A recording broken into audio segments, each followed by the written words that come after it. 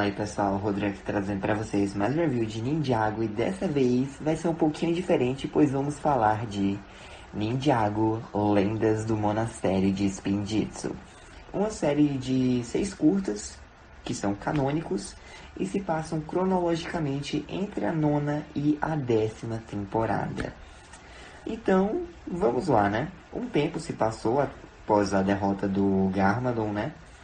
E nós vemos que o monastério de Spinjitzu foi reconstruído. Então, os ninjas voltaram para ter uma base lá. E nós notamos, né, que tem alguns monges pintando murais, pintando um mural de eventos passados na parede lá, né, do monastério. Mas enfim, vamos para o primeiro curta intitulado de Masterclass, ou então A Lição do Mestre. Os ninjas estão lá, né, no monastério reconstruído. E aí o Kai, né, tá se questionando porque ele, não entende o porquê o Mestre Wu quer que eles tenham uma lição de Spinjitzu, se eles já são dourados, né, no caso, já são profissionais nisso. E o Mestre Wu fala que há mais em Spinjitzu do que saltar, chutar para trás, se virar e girar, né? O Kai até tenta meio que fazer Spinjitzu, mas ele tropeça. E o próprio Mestre Wu diz, você mesmo provou porque é bom, né, relembrar essas lições.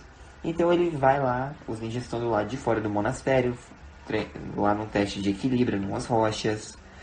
Eles conseguem passar nesse teste. Então o Mestre Wu faz um teste de confiança, né, e superar os medos, onde ele tá parado lá na escadaria do templo, do monastério, né, só que tá uma neblina, cheio de nuvens, e eles têm que saltar.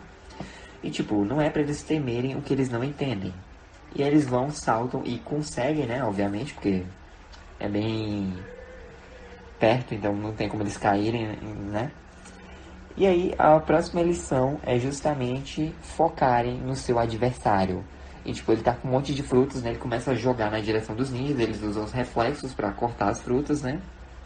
E o próprio Mestre Wu diz, foquem no adversário, não importa o quão insignificante ele seja. Tornem a força dele a força de vocês, e o seu inimigo pode virar seu amigo. Então eles fazem uma pausa para o almoço, né? Enquanto o Mestre Wu faz uma recapitulação. Rotação, equilíbrio, harmonia são as chaves para desbloquear, né, o poder total do Spinjitzu. E aí, para encerrar, ele divide a equipe em 2 times, né? E ele fala um ditado, ninja afia ninja. O primeiro mestre Spinjitzu dizia, né, que os ninjas sempre precisam de amigos. E aí ele manda, né, eles girarem, fazerem Spinjitzu, e as 2 equipes que temos são Lloyd, Cole e Kai, de um lado, e o outro nós temos o Jay, o Zane e a Nia. E eles estão lá, né, lutando, usando Spinjitzu, lutando uns com os outros, exceto a própria equipe, ou seja, 3 contra 3, basicamente, que nem no Brawl Stars. E aí o Mestre Wu diz, deixem o Spinjitzu uni-los e tornar-se o seu centro, e verdadeiramente vocês se tornarão um. E aí, né, eles meio que convergem lá, os Spinjitzu acabam derrubando uma lata de tinta no monge e deixa o Wu e acho que é o Kai todos cobertos de tinta dourada, né? E o próprio Wu diz, isso conclui a lição do dia, somos todos dourados, no caso, somos todos profissionais, né? Então, vamos, né, para o segundo curta, que é intitulado Verde e Dourado.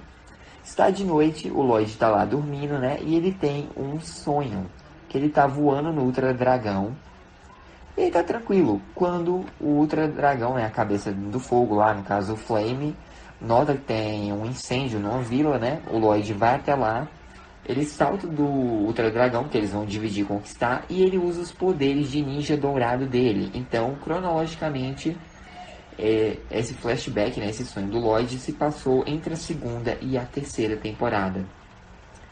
E aí, beleza, o Lloyd lá, né, com o ninja dourado, invoca o dragão dourado dele, luta contra um Serpentine, que são os Venomari, né, não sei como eles conseguiram sair da tumba, depois que eles foram presos pelo exército de pedra, né? Mas, poxa, se o Scale estava conseguindo sair para buscar jornal e comida, então faz sentido que alguns Venomari escaparam. Mas, enfim, o Lloyd consegue facilmente derrotar os Venomari, né? Afugenta eles da vila.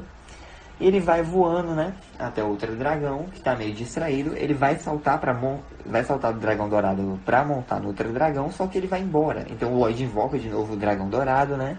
E ele segue na direção que o Ultra Dragão foi.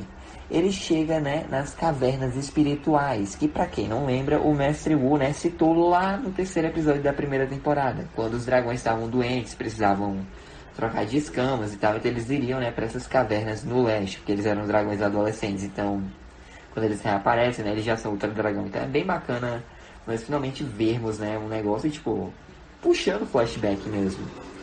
Então o Lloyd encontra o Ultra Dragão e percebe que ele tá com saudade de casa. Então o Lloyd meio que o liberta, né? Se despede dele.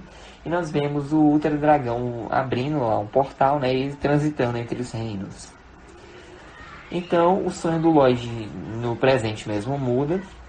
E ele fica feliz, né? Imaginando que o Ultra Dragão tá no reino do Zone e dos dragões voando ao lado da Firstborn com os outros, né?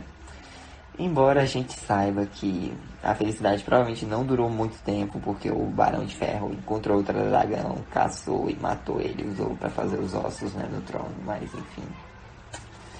Vamos seguir em frente? Inclusive nesse flashback, né, o Lloyd ele tá com os olhos pretos e não verdes. Mas isso é a explicação que os criadores deram, é basicamente que na época ele não estava tão conectado assim com o poder dele, quanto estava na oitava temporada. Por isso que na oitava os olhos dele ficaram verdes, enfim. Inclusive, um detalhe que eu esqueci de mencionar é que os ninjas não estão mais com seus Gears da Resistência nem com seus trajes Hunted. Eles estão, né, com novos Gears, que são os Gears Legacy, baseado, né, nos bonequinhos de Lego que fizeram para comemorar os 10 anos de Ninjago. E foi como uma forma, né, de reimaginar os trajes antigos, ou seja, os DX, ZX, os kimonos elementais mesmo, o traje da samurai, enfim. Basicamente é uma releitura desses trajes, né? São os Gears Legacy. E aí vamos para o terceiro curta, né? Que é o The Weekend Drill, ou então a broca semanal, né? E é uma referência a The Weekend Whip. Mas enfim, o curta já começa, né? Com o Mestre Wu falando com a Misako, que esse mural, né? Que está sendo pintado é a luz guia deles para o futuro. Senão a jornada vai ser coberta pela escuridão. Basicamente, esse registro do passado, né, vai ajudá-los a lembrar das coisas. Essa é a história deles. E aí ele nota, né,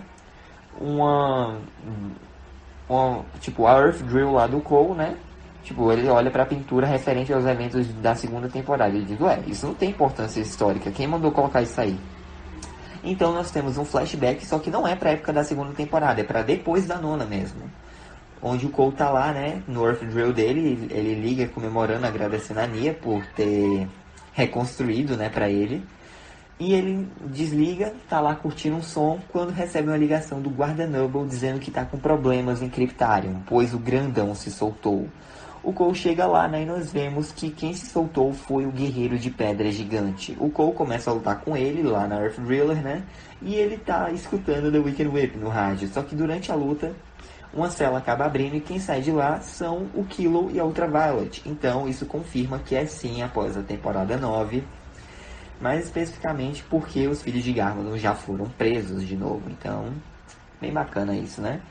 E nós vemos também que a banda The Fold tá lá presa por algum motivo. É só um easter egg. Mas enfim, o Cole tem que lutar contra o gigante de pedra e o Kilo ao mesmo tempo. Ele fica manobrando lá a Earth Drill dele e consegue jogar o Kilo de volta pra cela, né?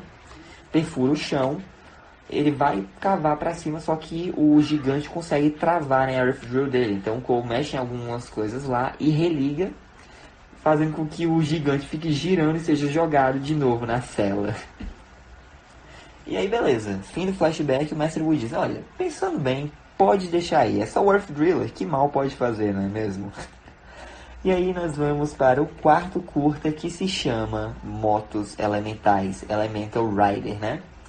Nós vemos que o Kai e o Zane estão lá no monastério, eles passam pelo Mestre Wu, né? E encontram o Jay que tá admirando o mural. Só que o Jay não responde, então eles acham que ele só tá, né, meio perdido nos pensamentos. E aí o Kai diz, ele deve estar admirando nossos veículos elementais. Você lembra deles, né, Zane? Quando a gente usava as armas douradas para invocá-los e tal. No caso, ele está se referindo lá, né, a o Storm Glider, a Blade Cycle, os Snowmobile, né, Eu tô tentando lembrar qual era o veículo do Cole na época. Eu acho que era o Earthmech. Eu não tô lembrado, desculpa. Eu acho que o Earthmech na verdade era da terceira temporada, mas enfim. Aqueles veículos que eles invocavam usando as armas douradas, né? E aí o Zane, ele não precisa lembrar, ele cria uma projeção aprimorada usando o log de dados dele, né? Só que o Kai faz um comentário de metalinguagem, né? Dizendo, a gente não era, eu não me lembro dessa aparência ser assim, não. Porque ele tá com o visual novo dele, né? O redesign, não tá com o visual antigo. E o Zane falou, eu te disse que era, né, uma projeção aprimorada. Então fica a suposição que o Zane pode colocar a aparência que ele quer nessa memória, nessa projeção. Tanto é que ficaria um erro de continuidade, porque a Torre Borg aparece lá em Jago City antes dela ter sido construída, né? Porque esse flashback, quando eles ainda estavam com as armas douradas, passa na primeira temporada. Mas enfim, basicamente, né, o Zane só fez uma projeção lá. Então, tecnicamente não é erro de continuidade. Mas enfim, tem, né, os Venomari, eles estão atacando Ninjago City, então o Kai e o Zane vão, lutam contra eles, o Kai meio que perde a espada dele, o Zane usa as shurikens de gelo para congelar um Venomari que estava com a espada do fogo, né, ele vai e ajuda o Kai, os dois conseguem derrotar os Venomari, e aí o Zane fica fazendo malabarismo, né, e o Kai diz, olha, nós nunca fizemos isso, Zane. Ele, é outro upgrade meu, né, memória seletiva, e pode vir a calhar.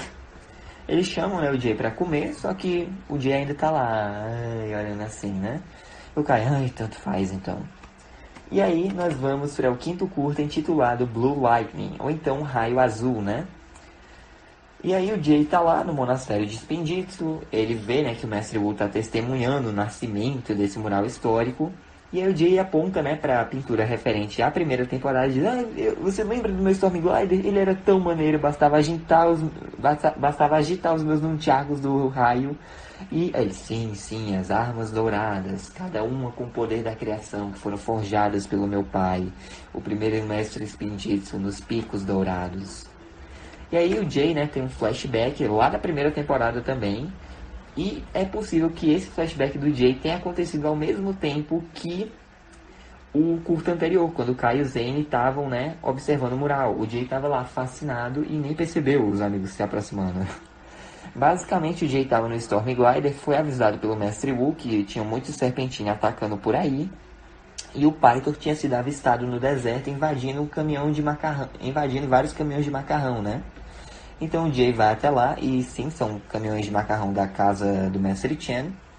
E, enfim, só tava lá desde sempre, aparentemente, né? Ele, afinal de contas, conseguiu construir um império criminoso em 40 anos, praticamente. Mas, enfim, onde eu tava, o Jay vai até lá, né? Fica fazendo umas piadas aqui e ali, libertando os caminhões. Ele luta contra alguns Venomari, ele consegue afugentar, né, o Python. E aí ele pensa, não, eu tenho que trabalhar nas minhas frases de efeito. Então o Jay volta, né, pro presente, ele se dá conta, porque ele tava lá girando num tchaco, né, e aí ele acaba batendo na própria cabeça, ele diz, peraí, o que aconteceu? E ele percebe que anoiteceu, né, e ele perdeu a hora de jantar, então ele decide ligar, né, pra pedir comida na casa de macarrão do Mestre Chen e torce para eles entregarem. Então nós temos o sexto curta, né, chamado Samurai X-Treme, ou então Samurai Extrema, né. E basicamente o Jay e a Anya estão lá no monastério, de frente pro mural, e eles vão treinar, né? O Jay fala que não vai pegar leve só porque ela é a namorada dele, e ela, eu nem esperava isso. Mas vamos deixar essa aposta interessante. Quem perder lava a louça do jantar, beleza? E o Jay e a Anya começam a treinar lá com os poderes de água e raio, e a Anya acaba vencendo, né? O Jay comenta que ele não apanha tanto assim dela desde aquela época. Ele aponta, né, para o desenho lá no mural, onde tá a Samurai X. Ela, ai meu Deus, eu amo aquele Mac. Ainda não acredito no quão grande e desajeitado ele era, né? Se eu construísse hoje, por exemplo, eu faria mais dócil, mais leve, ágil, com motores avançados. E aí nós vemos um flashback da época que a Anya era Samurai X, né? Pode ter sido na primeira ou segunda temporada.